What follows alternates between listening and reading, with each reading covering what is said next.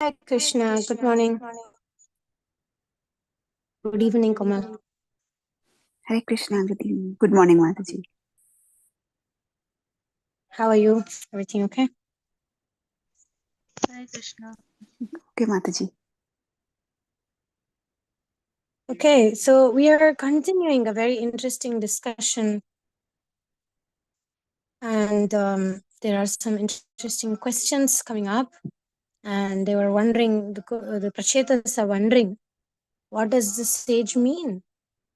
We stopped at Prachina Barhi, who's very attached to his wife. And Narad Muni is quite heavy about this point. So now he is serving Narad Muni, and then Narad Muni is asking him, "Why are you doing this animal sacrifice?" And Prachinabar, he's shocked with the vision that Narad Muni gives about severe consequences of doing such a yagya. So we're continuing from here about what did the sage mean. Would you like to start reading, either of you?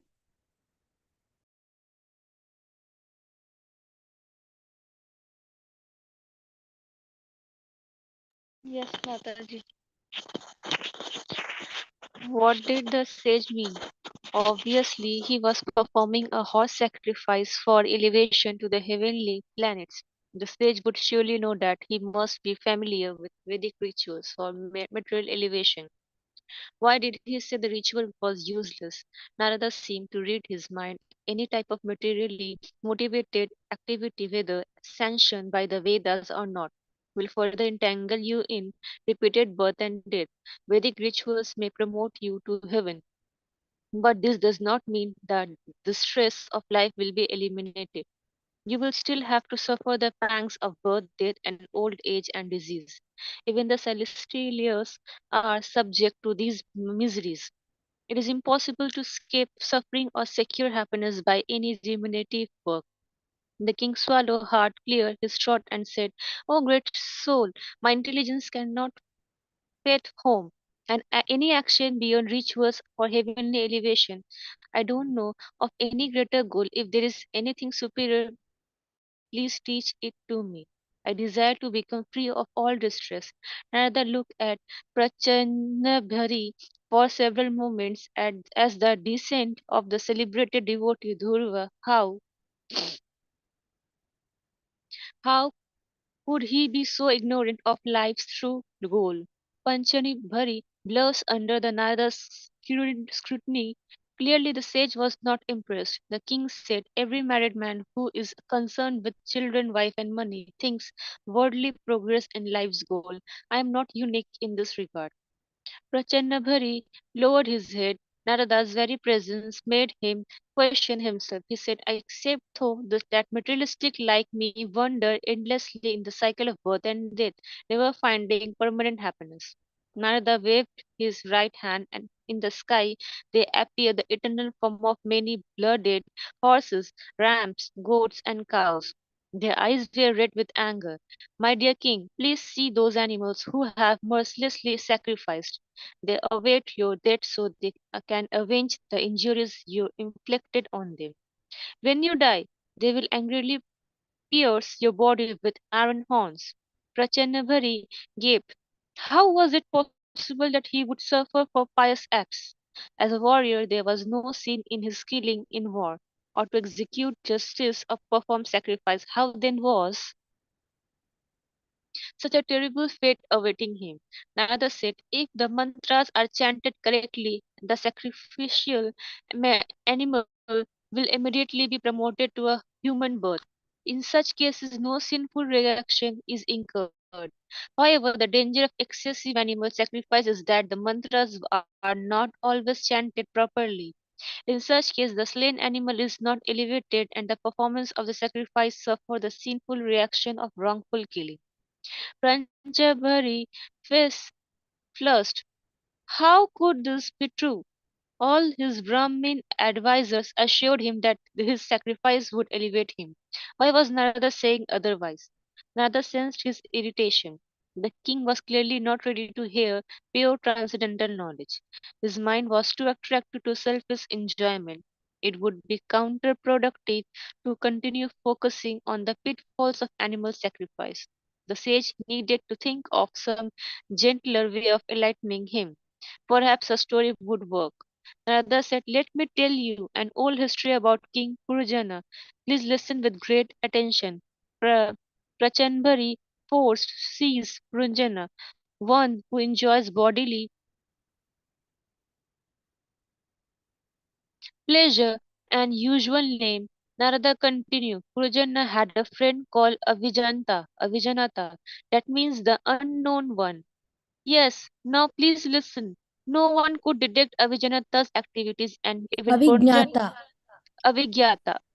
Avigyata's activities and even Puranjana was unaware of him, but his unseen person was always with him. Purajana traversed the globe seeking a suitable home. However, even after a great deal of traveling, he could not find a place just to his liking. He was disappointed and morose.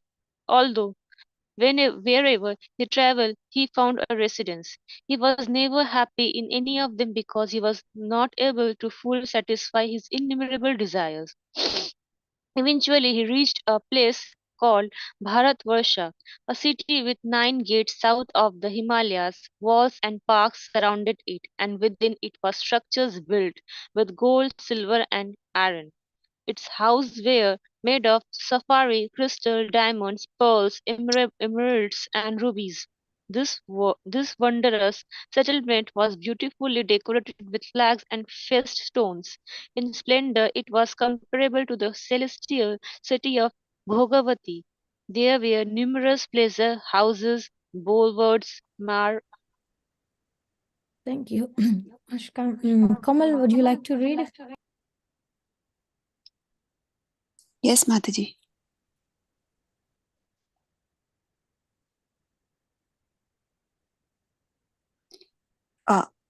Orchards, restaurants, casinos, and delightful parks. On its outskirts was a lake surrounded by beautiful trees and creepers swaying in the wind. The atmosphere was filled with delightful birdsong and the humming of bees. A spring breeze carried cool droplets from mountain waterfalls. The atmosphere was peaceful. Even the forest animals were non-violent and free of envy, like great sages. Cuckoos wobbled pleasantly, inviting passerby to enter and rest. Walking along the lake's bank, Puranjana encountered a beautiful young woman. 10 servants, each accompanied by hundreds of women, followed her. A five-hooded snake protected her on all sides.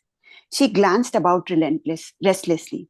Beneath her breath, she repeatedly uttered, "When will I meet the man of my dreams, who will love and protect me throughout my life?" Puranjana was captivated by her beauty, her dainty nose, pearl-like teeth, and raised forehead.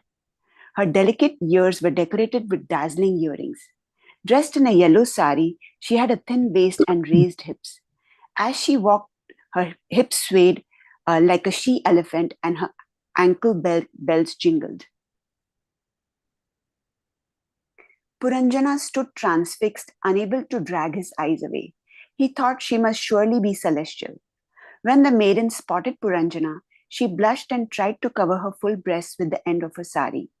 Raising an eyebrow, she glanced at him from the corner of her eye and smiled shyly. Puranjana felt Cupid's arrows pierce his heart. He hurried toward her. "Most beautiful one, pray tell me who you are and for what purpose you have come here. Whose daughter are you?" As he spoke, her 11 bodyguards came between them. The lady surrounded her, and the snake raised its hood, swaying back and forth. Puranjana looked surprised. He called to her, "Who are these guards and women? Who is this snake?" She smiled again, partially covering her face with her upper cloth. Encouraged, Puranjana said, "My dear beautiful girl, are you, are you perchance the goddess of fortune?" She giggled and slightly shook her head. "Then perhaps you are Lord Shiva's consort, the goddess Bhavani." The girl smiled and said nothing.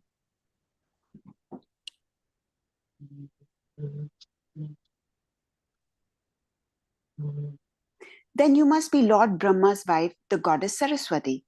When the girl still made no reply, Puranjana said, You are certainly beautiful enough to be the consort of a great god. Yet I see you loitering here alone. Pray do not remain silent like a forest sage. Tell me who and whose you are. She looked coyly from side to side, glancing fleetingly up at him. Puranjana continued, Whoever your husband is, you must be seeking him. He is fortunate that you remain so faithful and chaste to him. I think you are really the goddess of fortune. But why is it you do not carry a lotus flower in your hand? Ah, possibly you have thrown it down somewhere. Pray tell me where. The maiden laughed, covering her bud-like lips with a delicate hand. Puranjana drank her beauty with his eyes. O greatly fortunate one, it appears you are none of the women I have mentioned, as I see that your feet are touching the ground. If you are an earthly woman, you can make this city more beautiful by associating with me, just like Vishnu's consort. The goddess of fortune increases the beauty of Vaikuntha. Sensing that she was attracted to him, Puranjana stood tall, puffing out his broad chest. Know that I'm a great hero and a powerful king on this planet. She bowed her head slightly and smiled at him, her long eyelashes fluttering. Then she averted her eyes and giggled. Puranjana stretched his arm toward her. My mind is captivated by your quiet glances and alluring smiles. Powerful Cupid has taken control of my heart, and I therefore beg that you be merciful. Framed by your scattered bluish hair, your face with its gorgeous eyes and eyebrows is most comely. The sounds emitted from your mouth are also captivating, but out of shyness you avoid my gaze. Please raise your head and look at me. Puranjana moved closer to the girl, his face flushed and his lips parted with desire. She lifted her head and their eyes met. Stunned by a surge of overpowering lust, the king's mind went blank. It was plain from her look that she was attracted to him just as he was to her. His heart leapt as she began to speak, her voice resembling the jingling of small bells. She said, Dear king, I do not know who my parents are, nor do I know much about my associates. All I really know is that I'm here now. I do not even know what will happen next. Indeed, I'm so foolish that I'm not even interested to know who created this most beautiful region where we stand. I think of these men and women as my friends, and all I know about the snake is that he never sleeps but protects the city even when I sleep. That's all I know. Let us leave aside details about my name and origins. Somehow or other, you are here, and this is my good fortune. It seems you have a desire to enjoy, and I, along with my friends, shall do our best to fulfill your every wish. Stay here in this city of 9 gates with me, and I shall supply everything for your enjoyment. You can live here with me for 100 years. Now that I have met you, it is not possible for me to accept any other man. Surely no one else is as conversant with the pleasures and methods of sex as you. Those who do not know how to gratify the senses in this life and the next are worse than ignorant animals.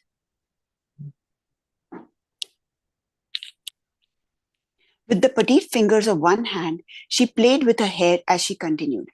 In this material world, only married life brings all kinds of happiness. By following the ways of religiously married men and women, we can enjoy prosperity, sense gratification, children and grandchildren. Why? We can even attain liberation. What to speak of fame and elevation to higher planetary regions? None of this can be achieved by renunciants. They cannot even imagine such happiness. I have heard from authorities that married couples satisfy not only themselves but others too. By marrying me, you will please your forefathers, the gods, great sages, saints, and people in general. Householders benefit the whole world. The woman moved closer to Puranjana. Oh, my dear hero, what woman in her right mind would not accept you as her husband? You are so famous, magnanimous, and handsome, and you are here now and available. Look at your muscular arms. They resemble powerful snakes. What woman could resist them? By your attractive smile and forwardness, you relieve the distress I felt for want of a husband. I think you traveled the earth just to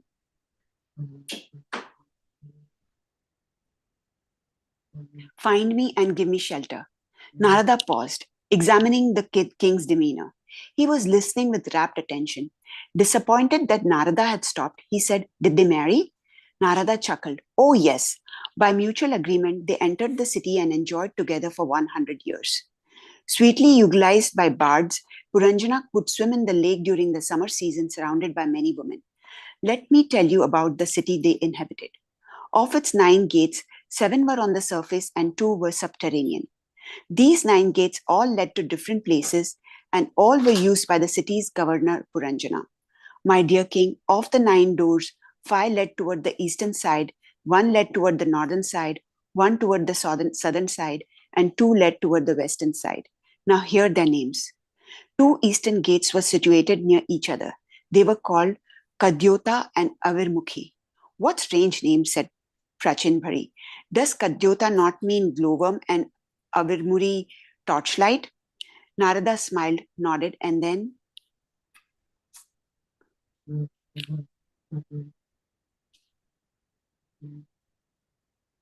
continued. King Puranjana used these 2 gates to go to the city of Vibrajita, accompanied by a friend named Dyuman. Prachinbhari rubbed his chin. Vibharajita meant form and Dyuman meant sunshine. Surely this was not a factual history but an allegory. What else would explain the strange names? Narada went on. In the east, there were 2 gates named Nalini and Nalini, which stood next to each other. King Puranjana would go through these gates to travel to the city of Saurabha, accompanied by a friend named Avaduta. King Prachinbhari interrupted Narada. This is not an allegory, is it not? This is an allegory, is it not? Narada smiled in confirmation. Nalini means whole, Avaduta means air, and Surabha means smell. So it means Puranjana, the embodied man, uses air to enjoy fragrance through his true nostrils. Am I right? Asked Prachinbhari. Exactly. Prachinbhari pressed his forehead. What exactly was Narada's point? No doubt it would become clear as the tale unfolded. He encouraged the sage to continue.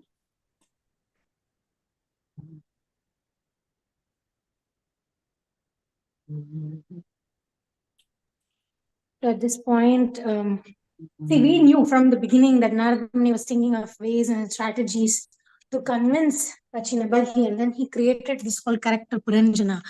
But Puranjana was thinking that, oh, it's a real person until now. Now he's realizing, oh, this is an allegory, right? So then, slowly he's trying to get it. So sometimes our teachers, some devotees, we may not be ready for the truth. We may be a little, no, we think black and white. This is what I know, and therefore this must be the truth. We're not open to understand. Like he was like, no, all the sages told me I should do this animal sacrifice, and I did it. What I did is the right thing. But now Narada is coming and saying, well, actually, and he's like, really? So this is a very relevant point for us, that whatever we know in this world, we know what we know is very limited. If we are open for knowledge to be revealed with open-mindedness, when we approach senior devotees, or when we approach guru, and we approach devotees who have done many years of service, etc., from different devotees we can learn different things. And here we are even talking about Narada. So imagine, even if Narada could not convince in Prachinabhari, what to speak of us, right? We may have our own doubts. Yeah. So thank you, Komal Mataji. Rasa Salim, would you like to continue reading? Okay.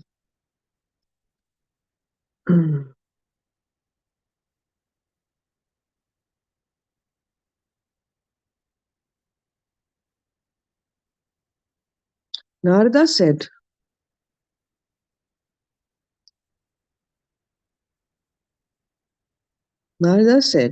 there was another gate on the eastern side called Mukhya.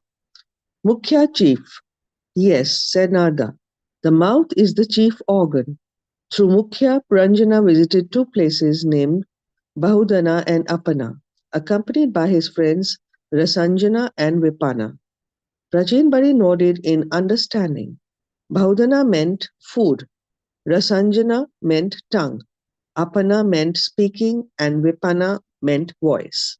Narada said the southern gate of the city was Pitrihu. Through this gate, King Puranjana used to visit the city named Southern Panchala, accompanied by his friend Shrutadhara. Prachinbhari tried to make sense of the names. Shrutadhara meant hearing. Still, he could not understand what Narada meant. Narada said, the right ear is called Pitrihu because through it one hears mantras for performing materialistic rituals which promote you to the celestial Pitraloka. On the northern side of the city was the gate named Devahu, through which Puranjana would travel with Shrutadhara to Uttara Panchala. Prachinbari held up both hands and shook his head. I guess this means the left ear, but I don't understand the names. Uttara Panchala means northern gate, but what does Devahu mean? Devahu refers to the higher planetary system such as Maharloka, Tapoloka, and Brahmaloka. These are even higher than Pitraloka. They are the planets that saintly people who hear about self-realization attain, mantras for which are usually whispered in the left ear. Shall I continue? Prachinbari nodded. Narada said, on the western side of the city was a gate named Asuri. Puranjana would exit through that gate to the city named Gramaka, accompanied by a friend called Dhurmada. Prachinbari again became pensive. Asura meant demonic. Gramaka meant vulgar pleasure, and Durmada meant infatuation. What, though, was Narada's point? Hopefully, he would explain everything soon. The western gate was called Niriti. Puranjana would travel through that to a place called Vaisha with his friend Lubdhaka. The king noted the names. Nirati meant destruction. Vaisha meant terrible or slaughter, and Lubdhaka meant miser. He shook his head. What do you mean? Narada explained that Nirati is the rectum. The soul of a materialistic passes through the rectum at the time of death. Vaisha also means greed. Due to greed, one eats too much and thus experiences pain when excreting. Lubdhaka can also mean painful excretion. Let me continue. Among the city's inhabitants were two blind men named Nirvak and Pishaskrit. Puranjana associated mostly with these two. In their company, he visited many places and did many things. Prachinbari was again perplexed. Nirvak meant speechless, and Pishaskrit meant possessing no aperture. What was about what was that about? Narada said, by Nirvak I mean hands and by Pishaskrit legs.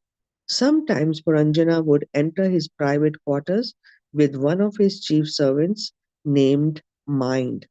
He would then experience illusion, satisfaction, and happiness in the company of his wife, Puranjani, material intelligence, and their children, thinking, feeling, and willing, completely entangled in illusionary pleasure and absorbed in plans for increasing material enjoyment. Puranjana came under his wife's control, practically a plaything in her hands. He diligently served her desires, always seeking to please her. When she heard, saw, smelt, or touched anything, he would do the same. When she ate, he would eat. When she laughed, he too would laugh. And when she cried, he also cried. When she sat down, he would sit. When she sang, he would also sing. And when she went to bed, he would lie down with her. He thought always of her and lost himself while enjoying with her in every possible way. Captivated by his attractive wife, and king was deprived of his opportunity for devotional service. He remained under her control like a pet dog that dances to his master's order. We can pause here for today. And one comment is that Narada is very, very gentle in trying to point out to King Prachinabarhi about his attachments. He is not directly preaching. right? He's not saying, hey, you are attached to your wife, he's not saying like that. He's being very diplomatic and indirect, until, of course, Parachinapari will wake up, right? And Narad Muni is very surprised that being in the lineage of Dhruva Maharaj, why he is so like this. Because sometimes we take things for granted. We may believe somebody we are following and we think they are everything, Indra, Chandra, Devendra. But then when reality comes to tell us that our knowledge is limited, we don't like it. We think that sometimes there is this concept, because he is my guru, because he's my guru is great. Why? Because I have chosen this person as guru, right? So my guru is great. So there's a lot of like neophyte guru groupism type of mentalities, which is like, no, if my guru says like this, it must be absolute. No, Shastra is Shastra Yonitvat and Tattu Samanvayat. Shastra is having all the information, but also Tattu Samanvayat. Not an ordinary person can understand the conclusion of the Shastra. We need to see all different aspects to come to a conclusion, to come to that conclusion of what the Shastra means. Because in one place, Shastra, it will say one thing. Another place, it will say another thing. One place, it will say animal sacrifice is Vedic. This is done by every king and no sinful activities incurred. In another place, the same Shastra will say, no, animal sacrifice is very, the consequences are very grave. Even if one little mistake happens, then you are doomed. So there's different considerations, right? That's why we need Guru. Paripari Shastravanekavan Odi.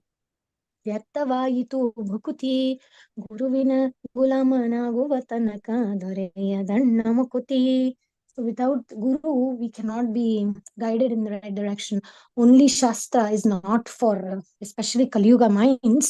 We cannot discern what is the conclusion by our mind. So we need a self-realized soul to guide us. Okay, so those are the points for today.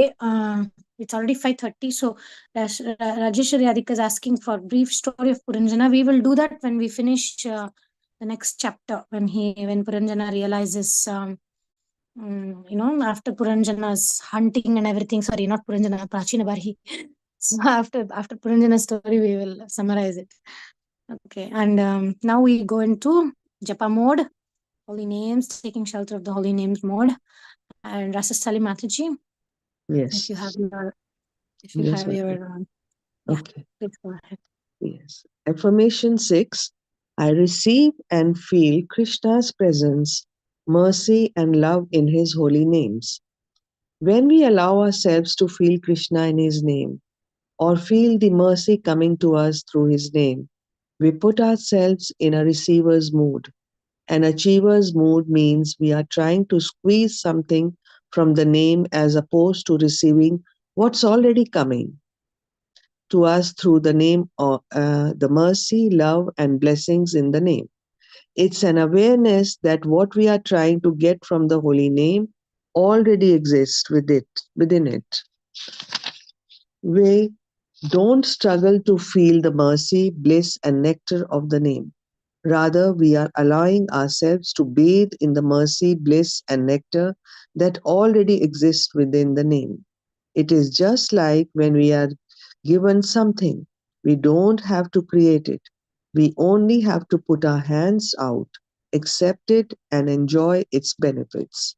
This affirmation is meant to put us in the consciousness that rather than making the holy name bless us, we are simply trying to appreciate the blessings already in the name and how they are coming to us as we chant.